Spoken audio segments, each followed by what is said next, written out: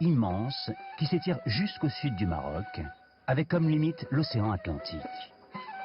Dans cette région, la fraîcheur de l'océan atténue les températures extrêmes du désert.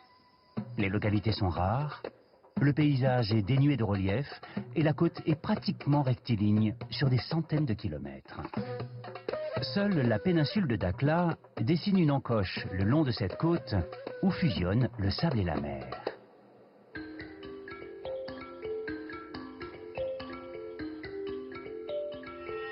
La péninsule de Dakhla s'aligne sur une quarantaine de kilomètres parallèlement à l'océan Atlantique.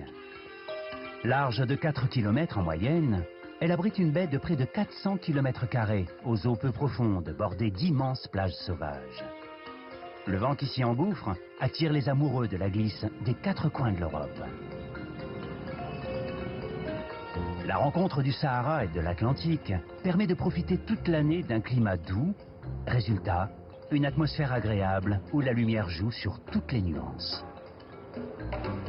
Si le désert est omniprésent, la construction de petits villages a permis la sédentarisation d'une partie de la population de tradition nomade. Mais les traditions ancestrales du nomadisme n'ont pas disparu, comme en témoignent les villages de tentes typiquement sahraouis. Symbole éternel des habitants du désert, le dromadaire a une importance vitale. Il sert aussi bien de moyen de subsistance avec son lait et sa viande que de moyen de locomotion. Zone protégée, la région de Dakhla accueille de nombreuses colonies d'oiseaux, comme des flamants roses ou des hérons.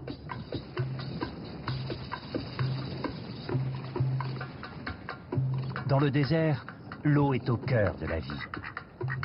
Des nappes d'eau souterraine permettent d'alimenter la population, mais sont également au centre d'un système d'irrigation où les eaux usées sont filtrées et réutilisées. Les cactus ont besoin de très peu d'eau, mais ce n'est pas le cas du reste de la flore qui, sans apport en eau, serait réduite à sa plus simple expression.